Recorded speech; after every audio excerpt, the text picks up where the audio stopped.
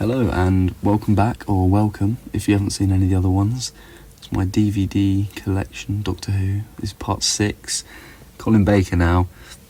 I think it splits opinion, and people scapegoat him and shit on him and say, oh, he's the rubbish one or whatever.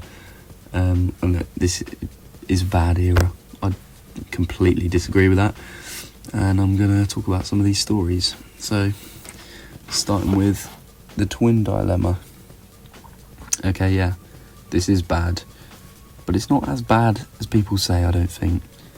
It's got some dodgy writing and crappy acting, but Colin and Nicola are great, as they always are, even though they do squabble a lot, and I kind of enjoy that, although I do think he's a bit mean. There's the infamous stuff with him strangling, whatever.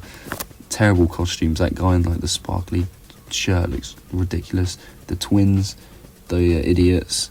That thing is one of the worst looking monsters in Doctor Who. But yeah, I give it like a 2 out of 10, which is higher than most people. Attack of the Cybermen. I think Colin's now settled.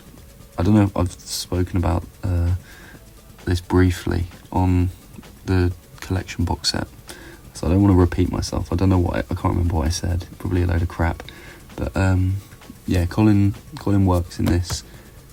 I feel like he is properly the Doctor now, and that's my main takeaway from this. There is a lot going on. I still quite like the stuff when they go to, I can't remember the planet's name, but with the Ice Lady people. I still quite like that. It's pretty creepy, actually. Well, I find it creepy, and I like the bit when Lytton gets like his hand crushed. That's really brilliant. Maybe not if you're a little kid, and there's so much blood everywhere, it's great. Doctor Who. Vengeance on Varos. This is the best Colin Baker story. Not by too much, it's not miles ahead, but it's still really good. I'd probably give it a 9 out of 10. Syl and the Governor are standouts from this, but everyone in the cast plays their role perfectly. It's just a great idea. It's very dark again. This whole era is very dark, but it's executed so well. It's very believable, and that's why it's so good. Mark of the Rani. 6, the Rani and the Master, they all work really well. They've got great chemistry, and I would have loved to have seen more of that if he had been able to stay for a bit longer. Because I think Colin did say he wanted to be the longest running Doctor. I mean, ended up being, I think, the shortest, and he got fired. But yeah, I like their chemistry a lot in that. The 2 Doctors, I said it already on the collection box set video, but there's a lot of bullshit in this story.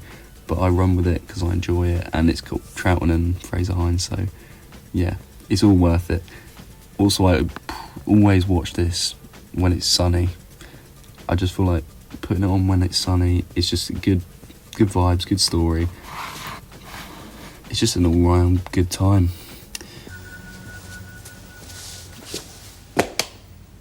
Stop! I've come a long way for you. Naturally. Don't expect any thanks. I think someone's coming. Too late! Upstairs. Extemporize. Instead of going outside, I put on a Doctor Who. Time Lash. You still see? I don't know. Yeah, Time Lash. Need to watch the special new effects on the collection box set, so I can give a more fresh opinion. But it's just shit. And it lets the season down. This is the only story in here that isn't at least a 7 out of 10 for me. So, and it's very low. This is the worst of Colin's stories. Really, really poor, really boring. I don't mind a story being not the best, because they're not all going to be great, but it's just really boring, and I can't really get past that. And we have Revelation of the Daleks, which really challenges Vengeance on Varos for me. Again, very dark. People eating their dead ancestors. Crazy story. Love the cliffhanger for part 1 when the big statue comes on Colin. Yeah, this is... And I love how it's snowing. Apparently they didn't intend for it to be in a snowy location, but it helps the story. I mean, the scene with, like, the mutant guy is just wild to me, and it's, like, really good. One of the best scenes probably in his era. Yeah, that's... And even the DJ doesn't piss me off. Davros is pretty good as well. You got them guys who are, like, hunting... They're bounty hunters, yeah. That woman overacting, but I think that's her character. Has ordered you dead! And that ends a really good season, apart from one story, but I can get past that. Right, now we have The Trial of a Time Lord, something that for me doesn't quite do it. There's some good moments in it, and there's a couple of stories I think... Oh, there's 3 stories I think are good. 3 out of 4. They're solid. So we start off with The Mysterious Planet. This is one I want to like, but like I just can't. There's something about it. I just get really bored. But the new titles are really good. I always enjoy after every episode listening to those. And that's not a great giveaway or takeaway from the story, but that's all I got for that one. Oh my word. Trial of a Time Lord, Mind Warp. Don't know why I read it like that. Mind Warp's good. I like the King. That guy, he's just really funny. His relationship with Perry is much better than Colin's relationship with Perry, I think. It's quite cute. There's a weird filter over it, which makes it feel a bit hazy, and I really like that. I wish they did more of that. I mean, I guess they tried it with the Web Planet back in the 60s, with the Vaseline on the lens, but no, it's not quite the same. That's a good one, but I wish they had been a bit more ballsy and they actually killed Perry off. I find it a bit silly how she comes back and they've like altered the Matrix or something, I don't know. And also it's got Syl's people in it, or his race, and that's a good thing because they're all really good as well. And the next one is Terror the Vervoid. What? Oh, Inception. Terror the Vervoids. This is good base under siege. Feel very claustrophobic, but there's just a lot going on. I feel like I don't know if it's just me that thinks that. So yeah, need to watch it again because I think it's better than I rate it. So yeah, need a rewatch of that one.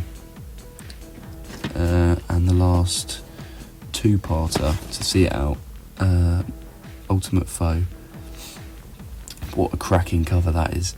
I think episode 1 is almost perfection, and then it goes downhill in episode 2. But I do think this is the best one in the whole series or season. It's an interesting look at the Matrix. I mean, they did it with the Deadly Assassin, and I like that. And this one feels a bit darker, especially in episode 1. It's like also dark, just very dark lighting, and it's just very dark. And that's why I really like that. Really creepy, unsettling. And I love the bit with the hands coming out with like the muddy pit, clawing at Colin Baker. That's really good.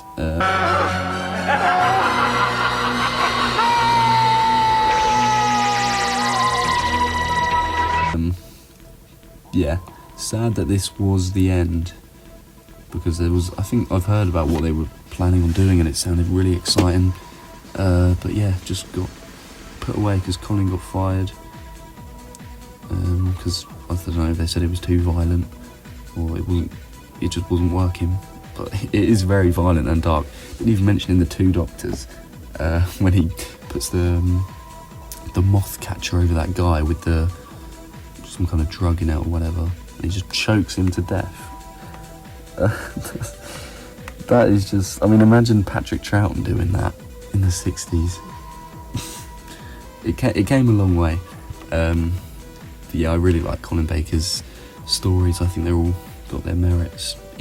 Maybe even Time Lash, maybe. Yeah, one more to go, and the rest of my stories are actually on a different shelf because they don't fit. So yeah, bye bye.